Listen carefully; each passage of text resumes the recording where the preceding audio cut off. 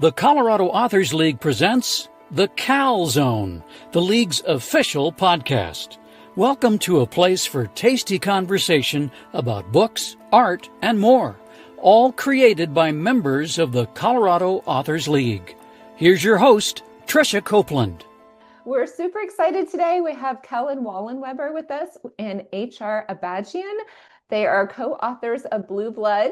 But first, we'll introduce the inaugural Cal Zone podcast, where we are going to talk to authors about writing, really, and maybe a little bit about publishing and marketing, just to help other authors in the field. Whether you're a nonfiction, fiction author, we'll talk about all of that depending on our topic of the month. I think we're going to start off monthly, but welcome to the inaugural Cal Zone podcast. We are operated by the Colorado Authors League, and we have volunteers who are going to help produce and put us out into the world. So thank you very much, Kevin and Hannah, for being our first authors on the show. Well, thank you. Thank you for having us. We appreciate it. So I understand you're co-authors and you've written the book Blue Blood. It's a sci-fi futuristic. I read a little blurb, but jump in and tell us first just a little bit about the plot of the book and the main characters. Well, just my background is in Christian fiction, and my published novels are based on that. And so I had published some books, and Hannah came to me and said, she calls me Papa, so I'll probably say Papa. Yeah. She came to me and she said, I have this idea. And this idea that she had was way before any of the popular science topics that like climate change. And this is way before COVID. This is way before artificial intelligence. And she had the stew pot full of all of those things in her idea. And she said, so I have ideas, I've got characters. I just want to know if you'll help me put it together. And I said, well, sure. I love to do that. Hannah will verify this. Our family is not a family of readers. Yeah. We're the creative minds. We're the creative minds in our family. Sure. And so they, she didn't have anybody else to go to, I guess, but me. And I said, sure. So that's kind of how we got started. She brought the idea and the concept to me. This was a work that took us a couple of years to write. Yeah. Originally, I was about the age of like 13 when I came up with the idea. I was reading at that time and stuff. So I was in middle school. And then over years, I made my own little blurbs, but I could never really fit the things together. So I always had like scripts or dialogue or certain scenes that I wanted to play out. But there was always, I needed the story building part of it all that I couldn't figure it out myself. And so I was like, Papa, here's my stuff. I need help. Help me with this. And as I have 5 granddaughters, and now all 5 granddaughters can testify, I'm full of stories. Yeah. Most of them are fictional. Yeah. So she brought it to me, and I said, well, golly, this has some interest and promise to me. I kind of got excited about it. Yeah. So that's what we did. We took that concept or idea and tried to start putting it together in a story. And did you go back and forth when you were writing, or did like one person write one chapter, one person write a second chapter? How did all that work? That's a great question. It definitely started out where I sent him a lot of manuscripts. So I would write out certain scenes that I would want and then edit them the way I would want, and I would send it back to him. And then he would add like all the scientific details behind it. Oh, well, how did we get here? And so we kind of passed back and forth a lot. And then sometimes occasionally he would write a chapter, I would write a chapter, and then we would edit it and crossfire and troubleshoot. And then, yeah. We did that. We live relatively close to each other. Yeah. But we would do most of it through email. I hate share she wanted me to do that. I hate doing it because it just messes everything up. And I'm great with Word. Beyond that, I'm not great with anything. So I'm with you on the Google Share thing. Yeah. yeah, I don't even know what Chat GPT is. So, so we would do most of it through email, and basically, I remember the first interaction we had was the beginning, the epilogue, and she sent me an idea, and I said, it's good writing, but I think it's about 3 years into the story. Mm-hmm. And I'm sitting there going, the reader's going to go, huh? And so I in turn wrote an epilogue back to her, and she just said, Papa, that's great. Mm-hmm. That's so good. That gives everybody the background of it. And which is generally the way we collaborate most of the time anyway. Being that none of our immediate families are writers, what we do is we do a lot of the writing interchanged on email, and we get together weekly. I mean, we see each other like every Sunday, family dinner. Every Sunday's family dinner or whatever. So what we do is, while the rest of the family is doing something else, we get together and talk about what we're writing, and it irritates our family. I was gonna say they're gonna get tired of you talking shop. Well, that's the reason we do it. We don't really like to write. We just like to irritate our family. So, and they'll all come in and go, "Are you talking about that book again?" And yeah, we'll barnstorm and come up with ideas. And we're like any singular writer. We get stuck, and we need each other to get unstuck and go, where are we going to go with this? And generally, it doesn't take long. No. We'll come up, we'll go, we'll finish it in that. That's great. We love that. Yeah, I think it's really great to be able to feed off or bounce ideas off other people, because you can it sparks new ideas when you just say it to someone and someone says something back, and then you have a new idea.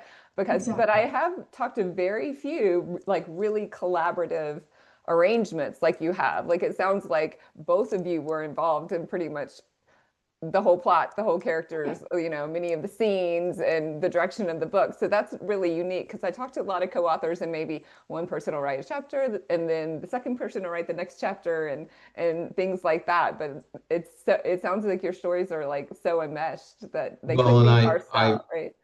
I feel it's part of my duty to the craft, to younger people that are interested in writing.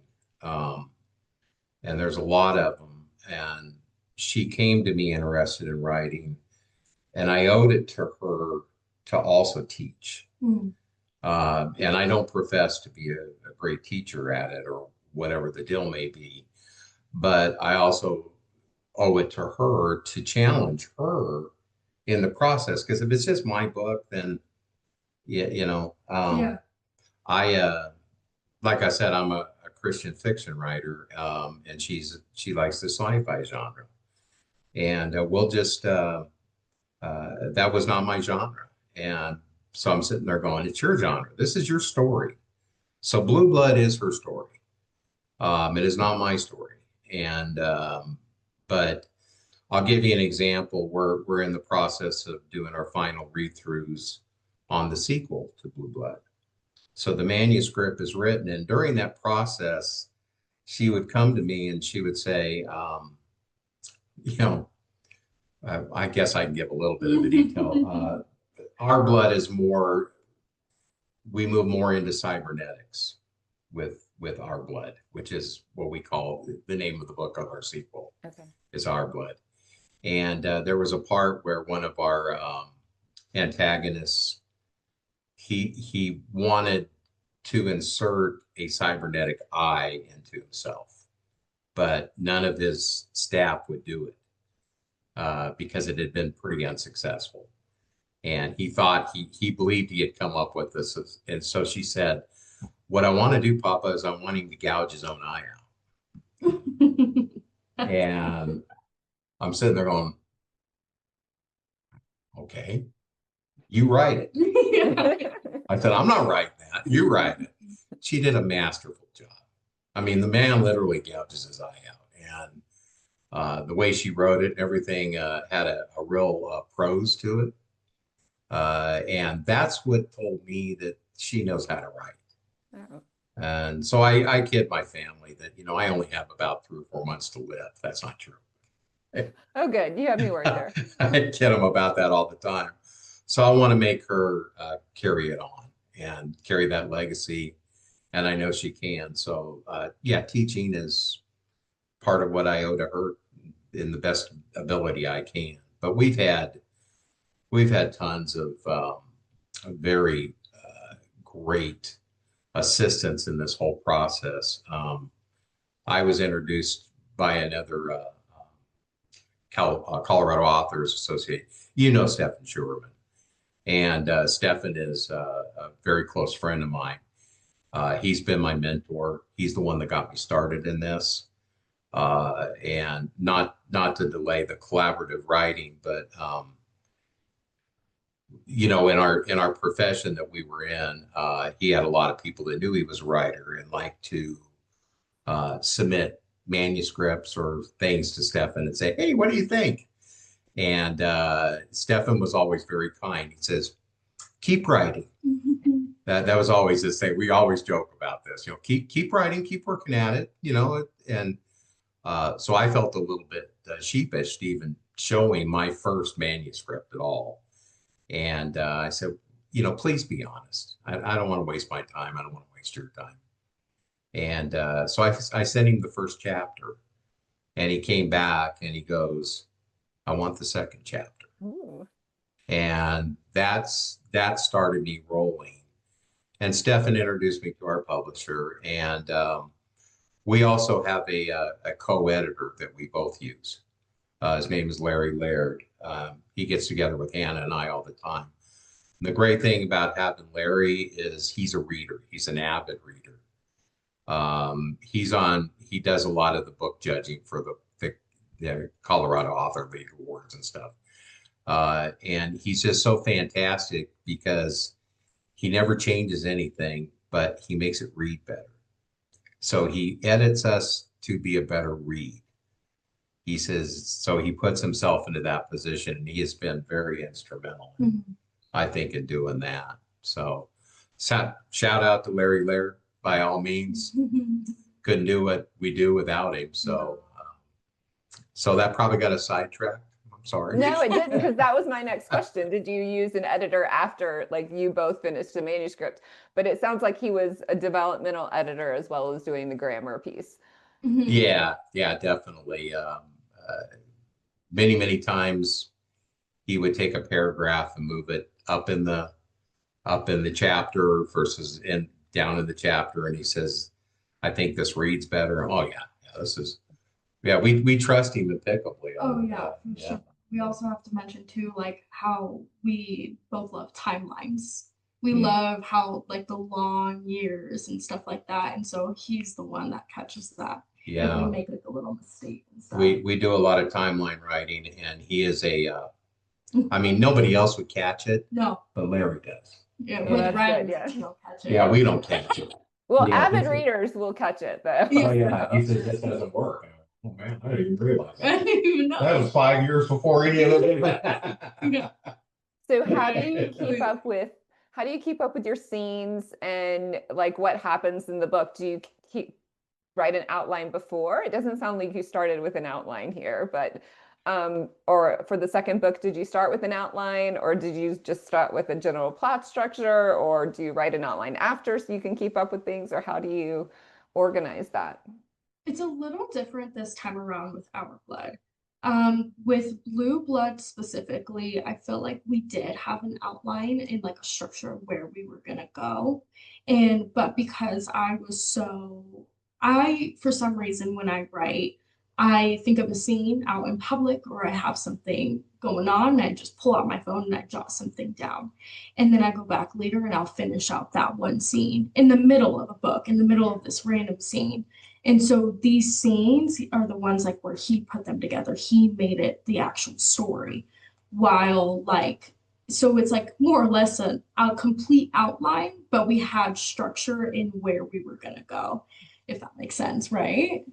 Yeah. How else would you explain that? No, I think that's great. She'd send me a scene and she said, "Hey, if this is a scene," I'm going, Why? "Where is this?" What's happening? Yeah. And I'm like, well, look. I don't have any precursor to this at all. Throw this at me. She goes, "That's your job." It's work. Make it work. And she's my granddaughter, so I have to do everything she tells me. But yeah, so like outline, probably not so much. But I mean, later on, after we would like figure it out, then yes, then we would go back and clean it all up, you know? Yeah, and I think I would say that's how I write. Is I'm a developmental as I go along. Yeah. Okay. I have an idea in the back of my mind. I have the characters, and I just kind of develop it as I write, and I'll take hopefully a cohesive story. And if not, then Larry takes care of that for me. Fun. So that's kind of the way I did it. But she's been a great inspiration to me. I I just published my fourth Christian fiction book, which has probably been my most successful. And it's called The Touch of Nathan Peerless. And I do have to give a shout out to Hannah that she did not help me write that book, but she designed the cover. And the cover is getting accolades. So the book may be terrible, but everybody loves the cover. Even my publisher said that's probably the best cover that he has said. Oh. And Oh. yeah, he said, and by golly, there it is. Ooh, that is a good cover. Yeah, and but she reads. Mhm. Before I publish it, she reads it. Oh yeah. So she's a great. She designed Blue Blood's cover too. Yeah, I really love Blue Buds covers. So if you can think of anything that you would tell others that are thinking about co-writing a book, can you give a couple of 1, 2, 3 top suggestions maybe to working for authors working together? Yeah, I would say if you're going to do it, be like-minded. Yeah, that's what I was gonna go with too. Yeah, be I mean, we have an advantage because we're We're family. blood, Yeah, we're so I blood. feel like That could be a disadvantage, but I'm glad it works for you. It could be. And I would say be inspired by the subject matter, whatever you're writing about. Have it be something that you're personally interested in or that you find intriguing to do it. But that kind of falls under like-minded or whatever. Have a game plan of how you're going to communicate yeah, about your writing. How are you going to communicate what you're doing? And then I think it's good to get together. Yeah. Have a face-to-face. And above anything, be willing to disagree on stuff. For sure. We've had a lot of instances where you know, I brought something to her and she says, I don't know, what about going this way? So I think you have to be willing to, whether it's somebody in your family or just somebody you're writing with, be willing to take those suggestions, even if maybe you don't feel they're the right way to go. Tell us where we can find you and your books. So if someone wants to pick it up, they can do that. Well, that's great. Our main source of sales is through Amazon. So I think I sent you the link, but if you go on Amazon under my name, Kevin Wollenweber, it'll pop up with all of my books, including Blue Blood, and then hopefully Our Blood when it gets published here. They're available also on Barnes and Noble online. Our publisher, which is virtualbookworm.com, all one word, virtualbookworm.com. He has our books on his website also. Thank you for being an inspiration. And when you publish your next book, you'll have to come talk about it. Yeah, we'd love to do that, Tricia. Thank you for inviting us. If I could tell all the aspiring writers or people that are doing it out there, Obviously, getting published is hard. Self-publishing is a great way to go. Virtualbookworm.com. He's been a great publisher. He doesn't accept unsolicited manuscripts, so you kind of have to be referred. And he definitely reads them. He has a staff that'll read them. If he doesn't like it, he won't publish it. Yeah. But there's lots of them out there that'll self-publish. I know it maybe cost you a little bit of money. But wow, what a legacy for your family. I don't do this to make money. I'm independently wealthy. Just kidding. But it's a great way to go. But above anything else, I know publishing is a great dream and it's a great aspiration. More than anything, write. Write and let people that have wrote novels or been published or whatever, let them look at it. Let them read it and be open to criticism, but write. If you really want to write, write. Because that's the only way to do it, is you just got to keep writing. Me, myself, I know Hannah can testify to it. I get better every time I do something. Mm-hmm. I get to be a better writer.